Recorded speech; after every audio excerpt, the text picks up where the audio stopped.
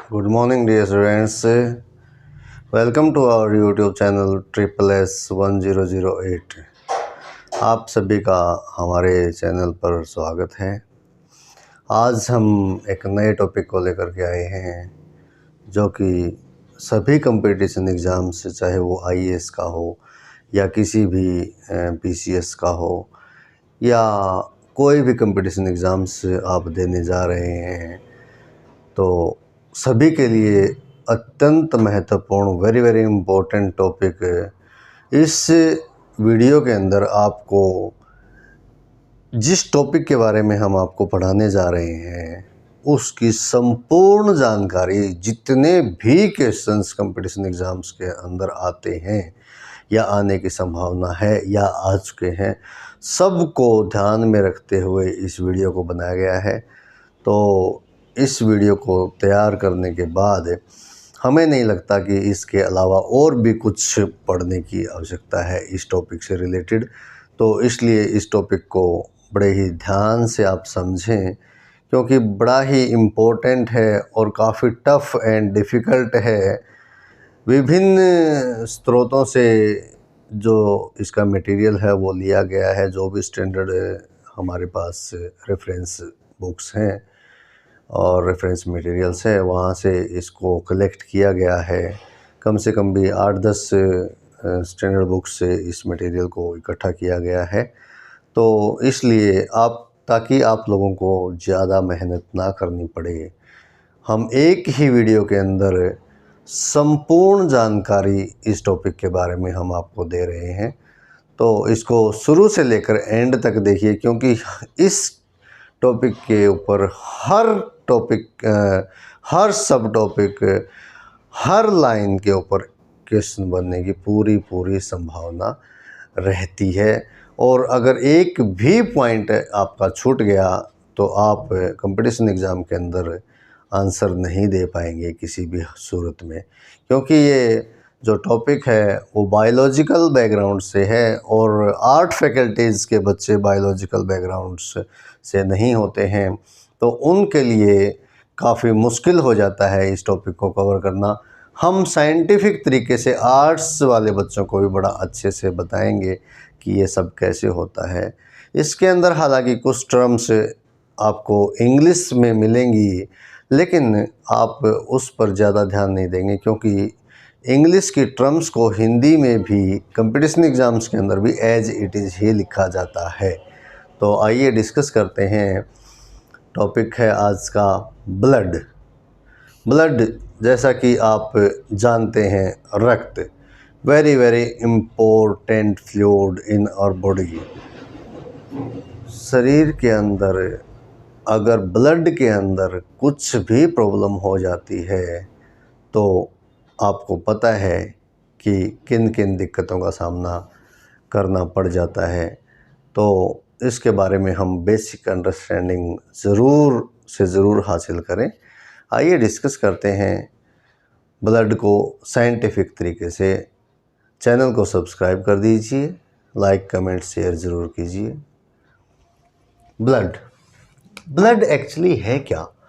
Blood जो है एक कनेक्टिव टिश्यू है और ये फ्लूइड कनेक्टिव टिश्यू है। सबसे पहले आप इसका ध्यान रखेंगे। अगर सिंपल से सिंपल एग्ज़ाम्स के अंदर भी पूछ लिया जाए तो आप सिंपली आंसर दे देंगे, this is fluid connective tissue. अब ये किससे मिलकर के बना हुआ है? 3 मेजर पार्ट्स हैं ब्लड के, जिनको हम डिटेल में यहाँ पर डिस्कस करेंगे। देखिए, एक तो ब्लड सेल्स हैं। ब्लड सेल्स 2 तरह की यहाँ पर हम एथ्रोसाइट्स एंड ल्यूकोसाइट, इसको हम डिस्कस करेंगे डिटेल के अंदर। एक बार हम एक आउटलाइन मैपिंग कर रहे हैं कि हमें इस टॉपिक के अंदर क्या क्या डिस्कस करना है और क्या क्या क्वेश्चन पूछे जाएंगे। बिल्कुल टू द पॉइंट हम आपको बताएंगे। इसके बाद सेकंड जो पार्ट है इसका, वेरी इंपॉर्टेंट पार्ट है, ब्लड प्लेटलेट्स हैं। और थर्ड प्लाज्मा। तो इन सब के बारे में हम डिस्कस करेंगे। प्लाज्मा क्या होता है? फेंट येलो कलर का जो फ्लूइड होता है ब्लड के अंदर है, उसको हम प्लाज्मा बोलते हैं, जिसका पीएच 7.4 होता है, यानी एल्कलाइन होता है, अक्षारीय होता है। ये प्लाज्मा के अंदर 92% वाटर होता है और 8% सॉलिड होते हैं। कौन से सॉलिड होते हैं उनको हम डिटेल में एक बार डिस्कस करेंगे और उनका क्या रोल है इस बारे में। तो ब्लड सेल्स के अंदर हम एर्थ्रोसाइट्स, जिसको हम रेड ब्लड कार्पस सेल्स भी, लाल रक्त कणिकाएँ, एंड ल्यूकोसाइट्स यानी कि श्वेत रक्त कणिकाएँ, वाइट ब्लड सेल्स, इनको हम डिटेल में डिस्कस करेंगे। ल्यूकोसाइट्स से आगे जा कर के फिर से दो प्रकार का हो जाता है, ग्रेन्युलोसाइट्स एंड एग्रेन्युलोसाइट्स। तो ग्रेन्युलोसाइट्स जब उसके साइटोप्लाज्म के अंदर ग्रेन्यूल्स होते हैं तो ग्रेन्युलोसाइट होता है, अगर ग्रेन्यूल्स नहीं होते हैं तो एग्रेन्युलोसाइट्स होता है। एग्रेन्युलोसाइट्स इसके अंदर हम दो प्रकार के सेल्स को पढ़ेंगे, मोनोसाइट्स एंड लिम्फोसाइट्स। इसके बारे में हम डिटेल में डिस्कस करेंगे। बड़ा ही इम्पोर्टेंट क्वेश्चंस यहाँ से आते हैं, तो इसलिए हम अभी लिए चलते हैं आपको डिटेल में। इससे पहले एक बार आउटलाइन ग्रेन्युलोसाइट्स, इसके अंदर भी हम जो सेल्स पढ़ेंगे, न्यूट्रोफिल्स पढ़ेंगे, साइनोफिल्स पढ़ेंगे, बेसोफिल्स पढ़ेंगे, तो इनके बारे में भी हम डिटेल स्टडी करते हैं। तो आइए हम शुरुआत करते हैं डिटेल के अंदर इस टॉपिक की। एक बार स्क्रीनशॉट आप ले लीजिए।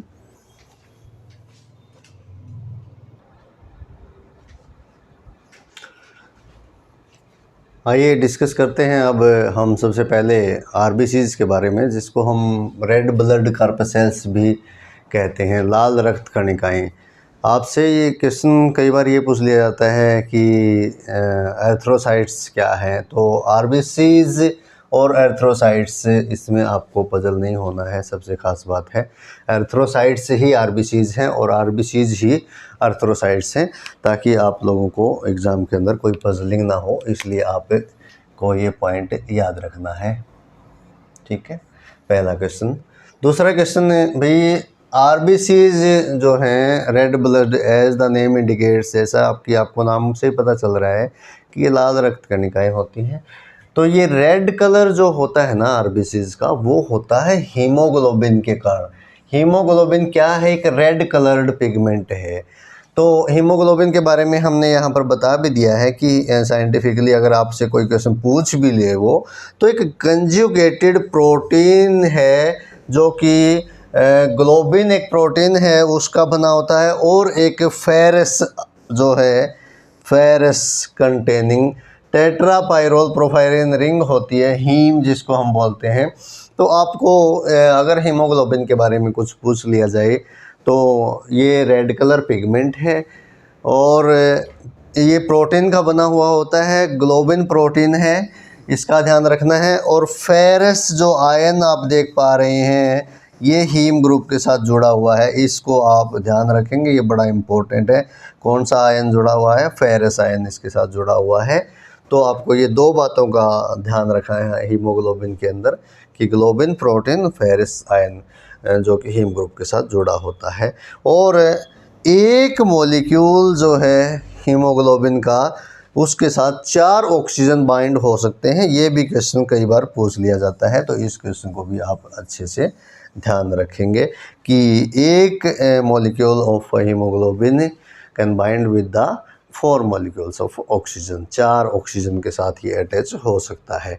तो इस तरह से मैं आपको साथ के साथ बताता जा रहा हूँ, साइंटिफिकली टर्म्स हैं, लेकिन जो आपको केवल ध्यान रखना है उतना ही ध्यान रखना है, क्योंकि जो क्वेश्चन पूछे जा रहे हैं या पूछे जा चुके हैं या पूछे जाएंगे वो यहीं से पूछे जाएंगे। इसके बाद आप देखेंगे कि जो लाल रक्त कणिकाएँ जो होती हैं वो मे बी न्यूक्लिएटेड और नॉन न्यूक्लिएटेड।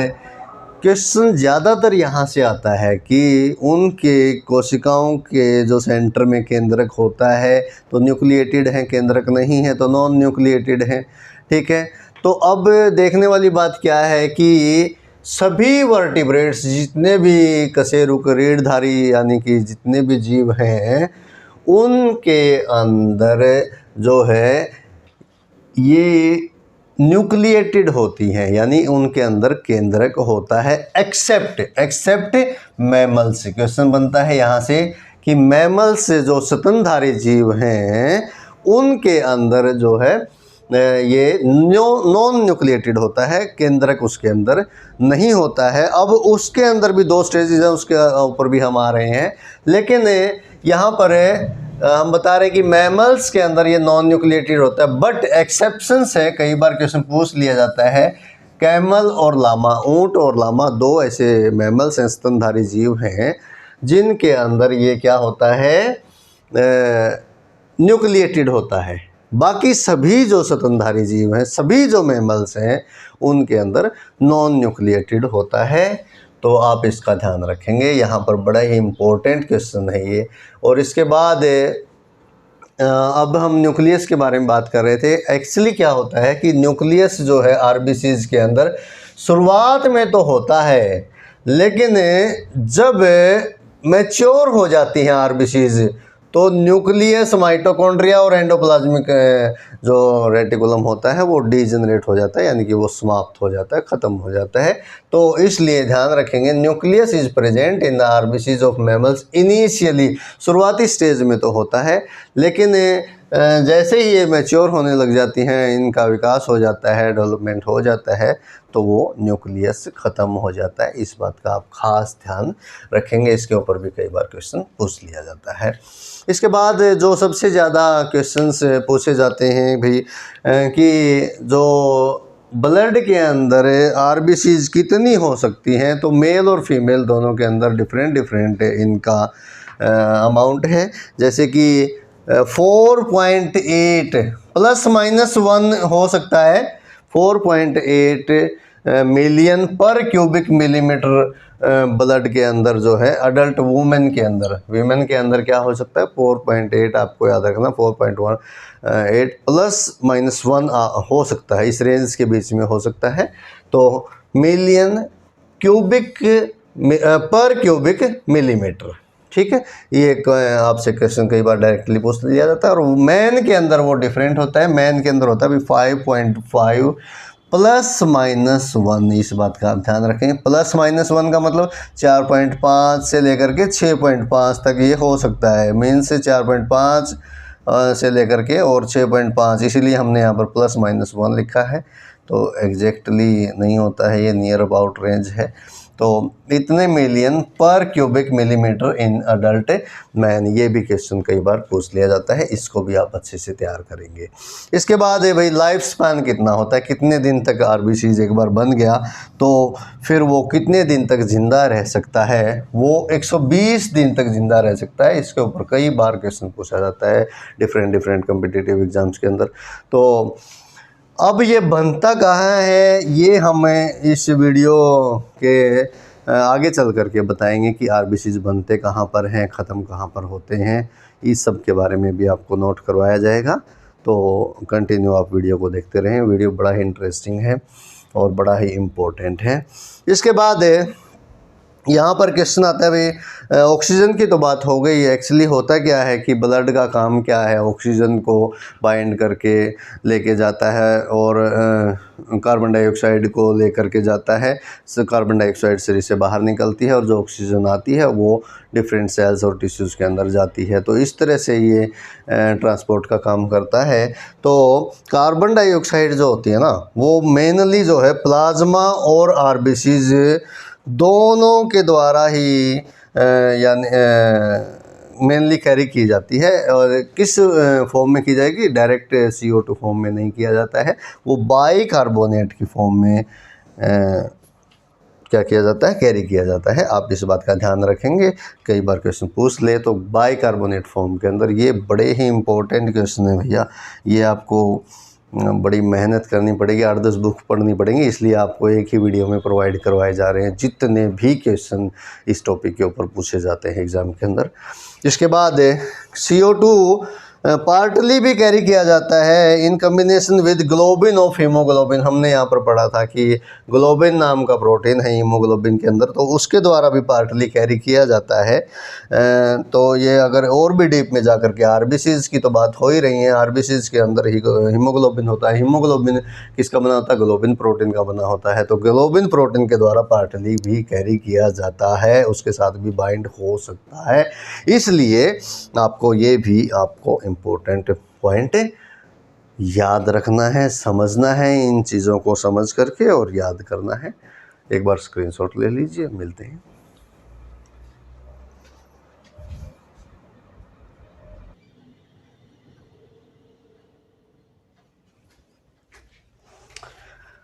आइए अब हम डिस्कस करते हैं वाइट ब्लड कार्पसेल्स, जो कि श्वेत रक्त कणिकाएं जिसको बोला जाता है।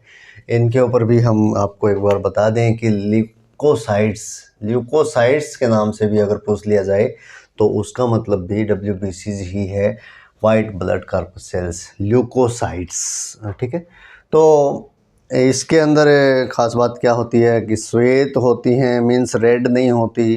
तो रेड ब्लड कार्पसेल्स के अंदर हमने देखा कि वो रेड होती हैं ड्यू टू हीमोग्लोबिन। तो ये वाइट होती हैं, it means these are devoid of haemoglobin. Haemoglobin इनके अंदर नहीं होता है। दूसरी बात हमने उसके अंदर डिफरेंट केसेस को स्टडी किया। आरबीसीज के अंदर रेड ब्लड सेल्स के अंदर हमने देखा कि न्यूक्लिएटेड होती हैं, कुछ में नॉन न्यूक्लिएटेड होती हैं, बट ल्यूकोसाइट्स के अंदर ऐसा कुछ नहीं है। दीज आर न्यूक्लिएटेड, सभी की सभी न्यूक्लिएटेड हैं। लाइफ स्पैन इसका 3 से 4 दिन का होता है, इस बात का आपको ध्यान रखना है। इसके बाद आप इस बात का भी ध्यान रखेंगे कि all the WBCs are produced and derived from multipotent cell in the bone marrow. वही कहाँ प्रोड्यूस होती हैं? अगर आपसे ये पूछ लिया जाए क्वेश्चन, तो बोन मैरो के अंदर, रक्त मज्जा के अंदर जो होता है, all the WBCs are produced, ये बोन मैरो। ठीक है भाई। तो लिम्फ नोड, जो लिम्फ सिस्टम है उसमें भी, और कुछ समटाइम्स कभी कभी ये लीवर और स्प्लीन यानी यकृत और प्लीहा के अंदर भी प्रोड्यूस होती हैं या वहाँ से ड्राइव कर ली जाती हैं। तो ये आप ध्यान रखेंगे। मेनली तो बोन मैरो है और लिम्फ नोड्स, और sometimes in liver and spleen. तो डायरेक्टली आपको क्वेश्चन ज़्यादातर ये ऑप्शन के अंदर मिलेगा कि कहाँ से मिलती हैं, तो बोन मैरो आपको अंदर मिलेगा। भाई WBC कहाँ प्रोड्यूस होती है? बोन मैरो के अंदर। ठीक है, अगर ये नहीं मिलता है, ये मिल जाए लिम्फ नोड, तो ये भी आपके लिए ठीक है। ठीक है, तो इस क्वेश्चन के ऊपर आप ध्यान रखेंगे खास से। इसके बाद जो नंबर है वो अडल्ट ह्यूमन के बीच में, अडल्ट ह्यूमन में क्या होता है, 7.5 प्लस माइनस 3.5 है इसके अंदर, और इंटू 10⁻³ पर cubic millimetre of the blood. आप इसको ध्यान रखेंगे, ये अमाउंट को, ये डायरेक्टली क्वेश्चन पूछ लिए जाते हैं। तो कोई भी कंपटीशन एग्ज़ाम हो उसके अंदर ऑप्शन के अंदर आपको मिल सकता है। तो 7.5 प्लस माइनस 3.5, ठीक है, इंटू 10⁻³ पर cubic millimetre of the blood, this is a question. तो यहाँ पर आप इस क्वेश्चन को भी अच्छे से याद रखेंगे। तो इसके बाद WBC से हमने फर्स्ट, जब ये इंट्रोडक्टरी सेक्शन हुआ था इसी वीडियो का, तो उसमें भी हमने आपको बताया था, दोबारा से फिर बता रहे हैं कि WBC जो है वो 2 प्रकार, ग्रेन्युलोसाइट्स, ग्रेन्यूल्स भी हो सकते हैं सेल्स के अंदर, और ग्रेन्यूल्स नहीं भी हो सकते। अगर हैं तो फिर 3 प्रकार का है, न्यूट्रोफिल्स, योसाइनोफिल्स, बेसोफिल्स, और अगर ग्रेन्यूल्स नहीं है साइटोप्लाज्म के अंदर तो फिर लिम्फोसाइट्स एंड मोनोसाइट्स। देखिए ये जो पोर्शन है ये बड़ा ही इम्पोर्टेंट पोर्शन है और ये बड़ा ही डिफ़िकल्ट माना जाता है। तो इसलिए इस के ऊपर हम हर सेल के ऊपर इंडिविजुअली यहाँ पर डिस्कस करेंगे, ताकि कोई भी क्वेश्चन अगर इसके अंदर से आ जाए तो हमारा क्वेश्चन कवर हो जाए। एक बार स्क्रीनशॉट लीजिए, जल्दी से करते हैं।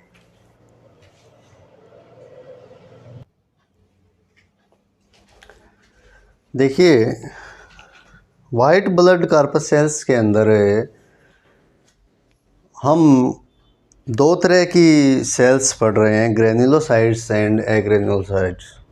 तो ग्रेन्युलोसाइट्स के अंदर, जिसके अंदर ग्रेन्यूल्स होते हैं साइटोप्लाज्म के अंदर, उसके अंदर 3 हमने देखा अभी। इसके अंदर है न्यूट्रोफिल्स, 3 तरह की जो सेल्स हैं, न्यूट्रोफिल्स है, योसाइनोफिल्स है और बेसियोफिल्स है।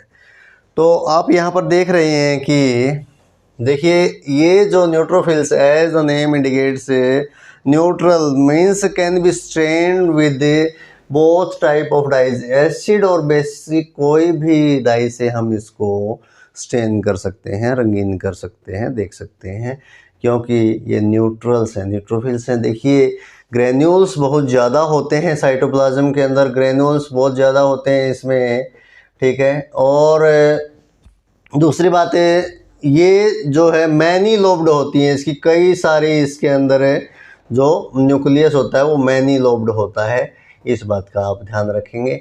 दूसरा ये है कि ये फैगोसाइटिक है नेचर के अंदर, जो भी फॉरेन पार्टिकल्स आते हैं उनको ये ख़त्म कर देते हैं, खा जाते हैं। तो ये फैगोसाइटिक है नेचर के अंदर, और ग्रेन्यूल्स बहुत ज़्यादा होते हैं इसके अंदर, और दोनों तरह की डाइज से स्टेन किया जा सकता है, मैनी लोब्ड होते हैं।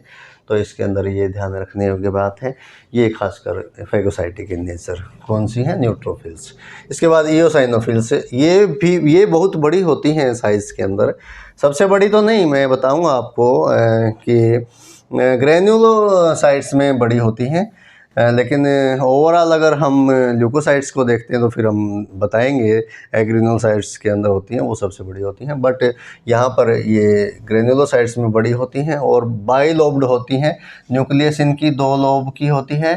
ये देखिए आप देख भी रहेंगे ग्रेन्यूल्स होते हैं इसके अंदर, ठीक है। तो अबेंडेंस कोर्स मटेरियल इसके अंदर भी, और takes acidic stains, acidic stain लेती है, एसिडिक स्टेन से कलर करके हम इनको देख पाते हैं। And deals with parasitic infections, parasites अगर कोई भी अटैक करता है तो ये जो है एक्शन लेती है, तो आपको ये ध्यान रखना है, ईओसाइनोफिल्स पैरासाइटिक इन्फेक्शंस के अगेंस्ट एक्शन लेती है, ठीक है। एसिडिक है, बाइलोब्ड है, ये बातें। इसके बाद बेसोफिल्स है, as the name indicates, base dyes से हम इनको स्टेन कर सकते हैं। न्यूक्लियस जो होती है इनकी, न्यूक्लियस एस शेप की होती है, ये एस शेप की न्यूक्लियस है, इस तरह से होती है, ठीक है। तो इस आप देख रहे हैं यहाँ पर,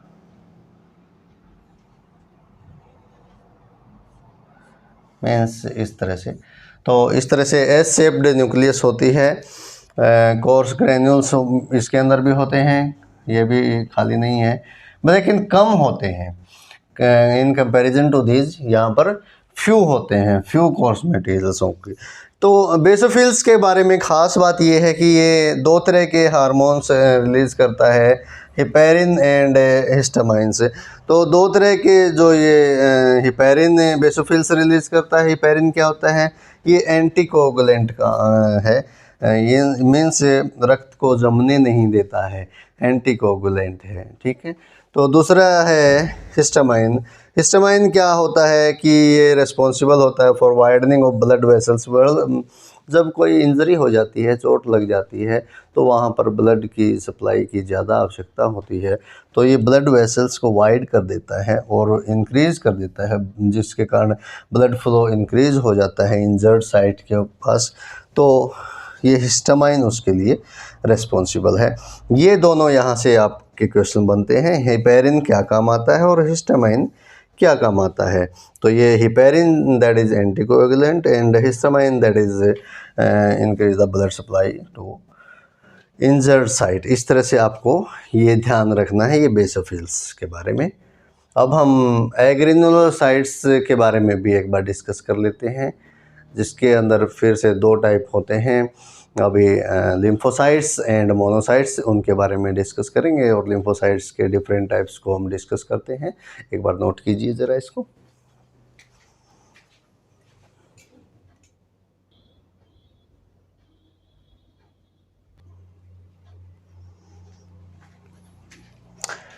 आइए डिस्कस कर लेते हैं एक बार ग्रेनुलोसाइट्स के बारे में। और ग्रेनुलोसाइट्स के बारे में तो हमने काफ़ी डिटेल से डिस्कस किया है। इसके अंदर 2 इम्पोर्टेंट सेल्स हैं, जो कि एक तो लिम्फोसाइट्स हैं और एक मोनोसाइट्स है। तो पहले हम लिम्फोसाइट्स के बारे में देख लेते हैं। बड़ा ही इम्पोर्टेंट पार्ट है वाइट ब्लड सेल्स का। देखिए ये क्या होती हैं कि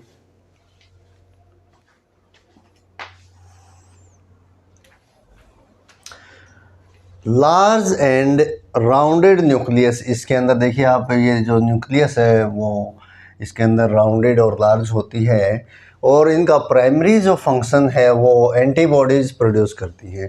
तो एंटीबॉडीज़ कौन सी सेल्स से प्रोड्यूस करती हैं? लिम्फोसाइट्स। इस बात का आप ध्यान रखेंगे। एंटीबॉडीज़ जो प्रोड्यूस कर रही हैं वो लिम्फोसाइट्स हैं। एंटीबॉडीज़ कौन कौन सी प्रोड्यूस करती हैं, ये सभी हम ब्लड ग्रुपिंग्स का जो इसी के अंदर सब टॉपिक है उसके अंदर हम सब डिटेल के अंदर डिस्कस करेंगे। तो सेकंड यही 3 टाइप्स हैं लिम्फोसाइट्स की: T cells, B cells and natural killer cells. अब ये नाम क्यों हैं? क्योंकि जहाँ पर ये प्रोड्यूस हो रहे हैं, तो वहाँ से इनके नाम लिए गए हैं। जैसे कि टी सेल्स की बात अगर हम करते हैं तो ये डेवलप इन थाइमस ग्लैंड, जो थाइमस ग्लैंड है हमारा, उसके अंदर ये जो है डेवलप होते हैं, और इम्यूनिटी के अंदर बड़ा ही इम्पोर्टेंट होता है, क्योंकि ये एंटीजेंस को रिकॉग्नाइज करते हैं और उनके साथ अटैच होकर के एक्शन लेते हैं। एंटीबॉडीज जो है एंटीजेंस के खिलाफ एक्शन लेते हैं। तो इस तरह से हमारे शरीर की ये प्रतिरक्षा करते हैं। एंटीजेंस एंड एंटीबॉडीज़ के बारे में हम आपको डिटेल से बताएंगे। तो ये दैट्स वाई ये थाइमस ग्लैंड्स के अंदर डेवलप हो रहे हैं, दैट्स वाई टी सेल्स हैं, बड़े ही इंपॉर्टेंट हैं। तो सेकेंडली बी सेल्स हैं, जो कि बोन ह्यूमन के अंदर जो बोन मैरो उसके अंदर मैच्योर होती हैं। और थर्ड जो है नेचुरली किलर सेल्स बोलते हैं, वो किल करते हैं अदर सेल्स को। कौन सी सेल्स को? वो जो इन्फेक्टेड, जो जैसे ट्यूमर सेल्स हैं या कोई वायरली इन्फेक्टेड सेल्स है, तो उनको रिकॉग्नाइज करके और उनको जो है किल कर देते हैं। इस बात का, इसलिए नेचुरली किलर सेल्स हैं। तो they recognise virally infected cells as well as some types of tumour cells also and kill them. तो बड़ी ही इंपॉर्टेंट सेल्स तीनों टाइप की ये लिम्फोसाइट्स के अंदर आती हैं। इसके बाद सेकंड टाइप जो हमने देखा, इसके अंदर मोनोसाइट्स होते हैं। मोनोसाइट्स, इसके अंदर जो क्वेश्चन आता है ज़्यादातर कि हम बात कर रहे थे कि सबसे बड़ी सेल्स कौन सी होती हैं, तो इसके अंदर देखिए मोनोसाइट्स जो होती हैं वो सबसे बड़ी होती हैं, और ये एग्रेनुलोसाइट्स होती हैं। देखो नॉन ग्रेनुलर होते हैं, WBC is agranulocytes, that's why these are non-granular, that's why these are agranulocytes, and the nucleus is non-lobulated। Nucleus आप देख रहे हैं कि लोब्यूल्स इसके अंदर नहीं है, जैसे कि अभी हमने पिछली सेल्स को देखा है न्यूट्रोफिल्स के अंदर या साइनोफिल्स के अंदर, बेसोफिल्स के अंदर, उसके अंदर जो न्यूक्लियस है वो क्या है? लोब्यूलेटेड है। लोब्यूल्स नहीं बनता है इसके अंदर, नॉन लोब्यूलेटेड है। तो डायरेक्टली हम देख पा रहे हैं कि मोनोसाइट्स का अगर हम देखते हैं तो देखिए यहाँ पर ये किडनी शेप्ड इसका न्यूक्लियस है, ये भी लोब्यूलेटेड नहीं है। तो लार्जेस्ट ल्यूकोसाइट्स होते हैं, इसके ऊपर क्वेश्चन आता है ज़्यादातर। एंड न्यूक्लियस जो किडनी शेप्ड है इसका, और ये भी बोन मैरो के अंदर ही प्रोड्यूस होते हैं। किससे? मोनोब्लास्ट सेल से। ठीक है, तो फीटस के अंदर जो डेवलपमेंट होता है तो उनके अंदर मोनोब्लास्ट सेल्स से जो प्रोड्यूस होते हैं, बोन मैरो से प्रोड्यूस होते हैं, तो वो मोनोसाइट्स हैं। That's why these are monocytes, monoblast cell से प्रोड्यूस हो रहे हैं। दीज आर फैगोसाइटिक, ये भी फैगोसाइटिक है। फॉरेन पार्टिकल्स आते हैं तो उनके खिलाफ एक्शन लेते हैं, उनको ख़त्म करते हैं, और इसीलिए इनको स्कैवेंजर सेल्स भी कहा जाता है। ठीक है, सफाई का काम करते हैं। क्यों? क्योंकि आप देखोगे कि जब भी इंजरी कोई साइट होती है वहाँ पर जो डेड सेल्स होती हैं उसको जो है रिमूव करने का कार्य जो है वो मोनोसाइट्स करते हैं। That's why these are scavenger cells. अगर इस नाम से पूछ लिया जाए स्क्वेंजर सेल्स कौन सी है, तो वो आप बोल देंगे कि मोनोसाइट्स हैं। तो बड़ा ही डीप के अंदर, बड़े ही डीपली क्वेश्चंस जो कंपटीशन एग्जाम्स के अंदर आ रहे हैं, तो उनको हम सभी डिस्कस कर रहे हैं डिटेल के अंदर। आप इसको नोट कीजिए। और हम अभी डिस्कस करते हैं थर्ड टाइप को, जो कि ब्लड प्लेटलेट्स हैं। क्या उनका कार्य है? बड़े ही इम्पोर्टेंट, खासकर डेंगू के टाइम में आपको पता, जिसको बोल देते हैं प्लेट्स घट गए हैं, तो अभी हम उसके बारे में बात करेंगे। Just note down this.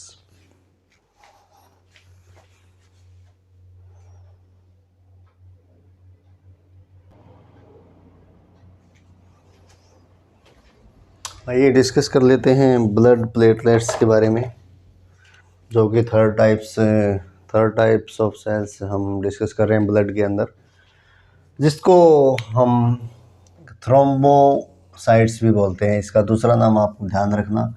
Blood platelets के बारे में everybody knows about that, but thrombocytes is the scientific name, that is a question. Okay, तो इसको आप ध्यान रखना है।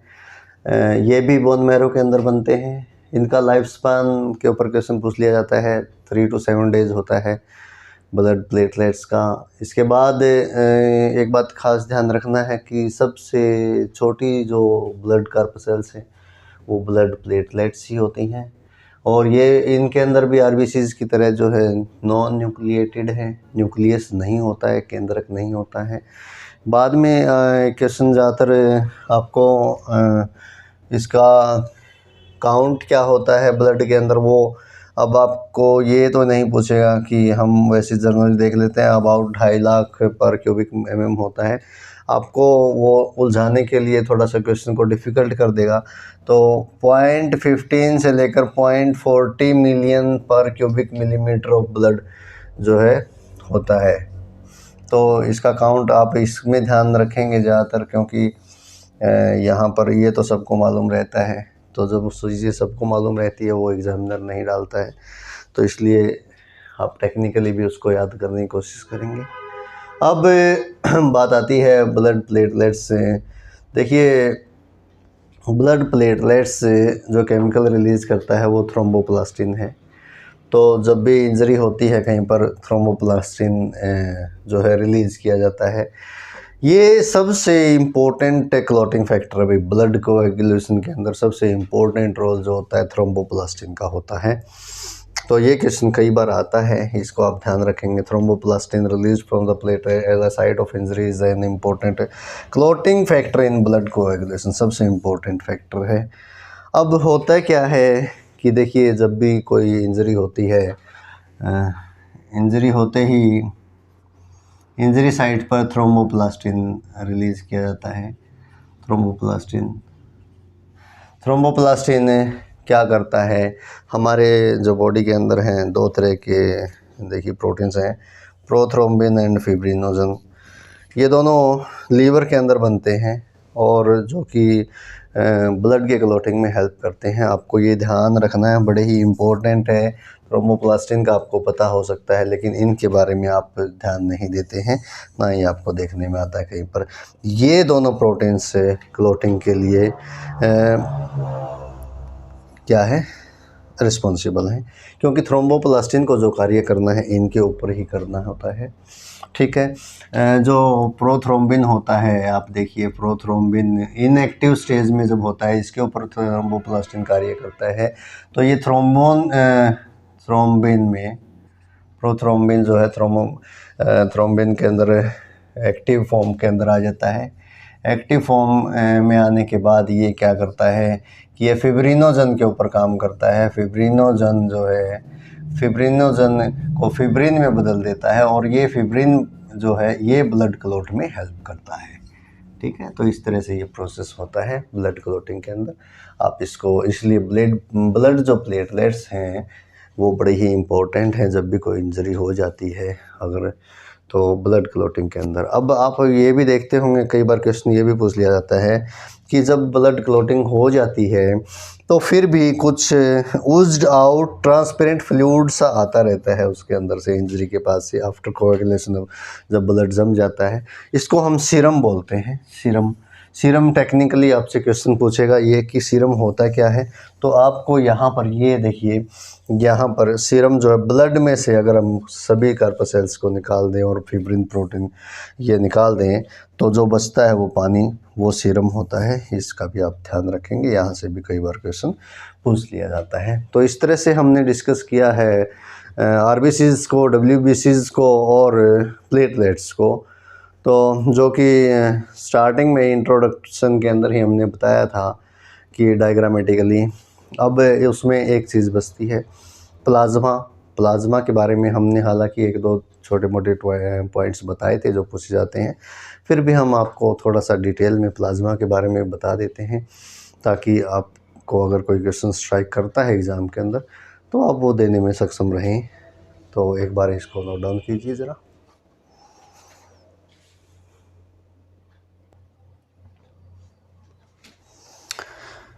अब हम डिस्कस कर लेते हैं प्लाज्मा को।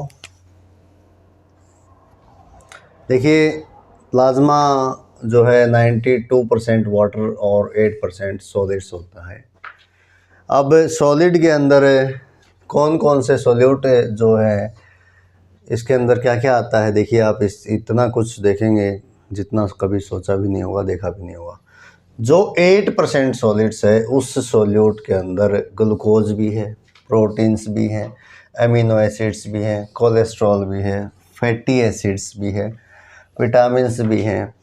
इसके साथ साथ enzymes, hormones, antibodies, oxygen, carbon dioxide, और फिर देखिए वेस्ट प्रोडक्ट्स भी हैं जैसे कि यूरिया है, यूरिक एसिड है, क्रेटिन है। तो इस तरह आप देख रहे हैं कि एक प्लाज्मा के अंदर देखिए कितना कुछ। देखिए सेल्स के बारे में तो हमने ब्लड के अंदर देखा कितनी सेल्स होती हैं, कितने टाइप की सेल्स होती हैं, क्या क्या उनका डिफरेंट फंक्शंस हैं। इसके साथ साथ प्लाज्मा के अंदर जिसको हम जस्ट 92% वाटर ही बोल देते हैं, 8 और 8% सॉलिड ही है, उसके अंदर भी कितना कुछ जो है सोल्यूट्स और फिर इनऑर्गेनिक साल्ट्स भी होते हैं। इनऑर्गेनिक साल्ट्स के अंदर देखिए सोडियम आयन है, पोटेशियम आयन है, कैल्शियम आयन है, मैग्नीशियम आयन है और आयरन है। ये सभी साल्ट्स की भी है इसके अंदर। तो इस तरह से, और इसके अलावा देखिए प्लाज्मा के अंदर 3 टाइप्स ऑफ प्रोटीन्स, एल्ब्यूमिन है, ग्लोबुलिन है और फिब्रिनोजेन है। तो ये प्रोटीन्स भी प्लाज्मा के अंदर मिलता है। कोलेस्ट्रॉल जो है मेन लिपिड है जिसकी रेंज जो है 140 से 260 मिलीग्राम पर 100 ml ऑफ सीरम है। भाई ये क्वेश्चन पूछा जाता है कई बार, आप इसको ध्यान से, थोड़ा सा इम्पोर्टेंट है। कोलेस्ट्रॉल का जो रेंज है मेन लिपिड है। और जो नॉर्मल ब्लड शुगर लेवल है ये तो नॉर्मली सबको पता ही है, वैसे भी 90 to 120 मिलीग्राम पर 100 ml ऑफ द ब्लड जो है इसका नॉर्मल ब्लड शुगर लेवल रहता है। तो इस तरह से देखते हैं हम प्लाज्मा के अंदर जो भी इम्पोर्टेंट क्वेश्चंस आते हैं वो आप सभी को करवा दिए गए हैं। अब हम इसके साथ ही देख लेते हैं एक बार कि लिम्फ सिस्टम, ब्लड के साथ साथ पैरेलली जो है लिम्फ सिस्टम भी चलता है। लिम्फ एक ऐसा फ्लूइड है जो कि टिश्यूज़ के द्वारा छोड़ा जाता है, टिश्यूज़ के बीच में जो, और वो फिर जो है लिम्फ वेसल्स के द्वारा पूरे बॉडी के अंदर फैला हुआ है। तो उसके बारे में भी हम थोड़ा सा डिस्कस कर लेते हैं। अगर कोई इंपॉर्टेंट क्वेश्चंस उसके अंदर मिल जाता है तो वो भी हम कवर कर पाएँ। इसके अलावा कुछ जो इम्पोर्टेंट फैक्ट्स हैं जो क्वेश्चंस के रूप में आते हैं, जो यहाँ पर छूट गए होंगे इधर उधर, तो वो भी हम एक बार इसके वीडियो के लास्ट में हम एक बार देख लेते हैं उनको भी। तो आइए एक बार नोट डाउन कीजिए ज़रा।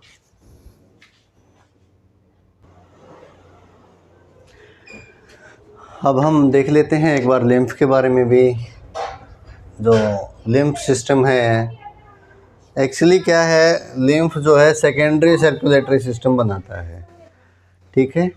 और ये क्या करता है, मटेरियल्स को टिश्यूज़ से ब्लड स्ट्रीम में और ब्लड स्ट्रीम से टिश्यूज़ के अंदर लेकर के जाता है। ये इसका इम्पोर्टेंट काम है। और यहाँ ये देखिए कलरलेस होता है और ट्रांसल्यूसेंट अल्कलाइन फ्लूइड होता है भी ये, ठीक है ना। यानी इसका नेचर क्या है, अक्षारीय है, इसकी प्रकृति अक्षारीय है। और कैपिलरीज जो होती हैं, ब्लड की कैपिलरीज होती हैं और टिश्यूज़, उन दोनों के बीच में ये रहता है। और एक्चुअली आपको जो क्वेश्चन पूछा जाता है वो यहाँ से पूछा जाता है कि लिम्फ है क्या चीज़। तो सबसे इम्पोर्टेंट चीज़ वो लिम्फ के बारे में यहाँ से, ब्लड में से अगर हम आरबीसीज को निकाल दें, प्लेटलेट्स को निकाल दें, प्रोटीन्स को भी निकाल दें और सम साल्ट्स को निकाल दें, तो जो बच जाता है ना वो लिम्फ है, लसिका जिसको आप लोग बोलते हैं, ठीक है। Lymph is composed of 2 parts, means एक तो प्लाज्मा होता है और एक ल्यूकोसाइट, वाइट ब्लड कॉर्पसेल्स। तो बाकी सब कुछ इसमें से निकाल दिया तो फिर वो लिम्फ रह जाता है, मीन्स प्लाज्मा प्लस ल्यूकोसाइट्स। और जो WBCs लिम्फ के अंदर होती हैं वो जो बाहर से माइक्रो ऑर्गेनिजम्स आते हैं उनको मारने का काम करती हैं। तो इस तरह से आपको लिम्फ के अंदर से कोई भी क्वेश्चन अगर आ जाता है तो यहाँ से सब कवर अप हो जाएगा। अब हम कुछ इम्पोर्टेंट फैक्ट्स या इम्पोर्टेंट क्वेश्चंस जो मुझे लगता है कि अगर कोई भी इनमें से रह गया हो, जितना भी टॉपिक हमने अब तक डिस्कस किया है, मैं आपको एक बार नोट करवा देता हूँ ताकि कोई भी क्वेश्चन हमारा छूटने ना पाए।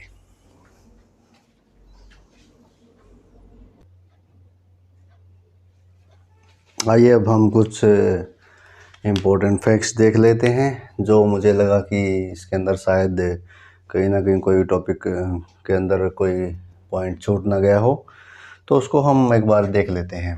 देखिए, जो ब्लड, हाँ, ह्यूमन बॉडी के अंदर जो ब्लड पाया जाता है ना, तो मैन के अंदर जो है 6 से 8 लीटर ब्लड रहता है, और in comparison to man, women के अंदर 500 ml यानी आधा लीटर जो ब्लड है वो इन कंपैरिजन टू पुरुष के अगर साथ हम कंपैरिजन करें तो स्त्री के अंदर जो है आधा लीटर ब्लड कम होता है।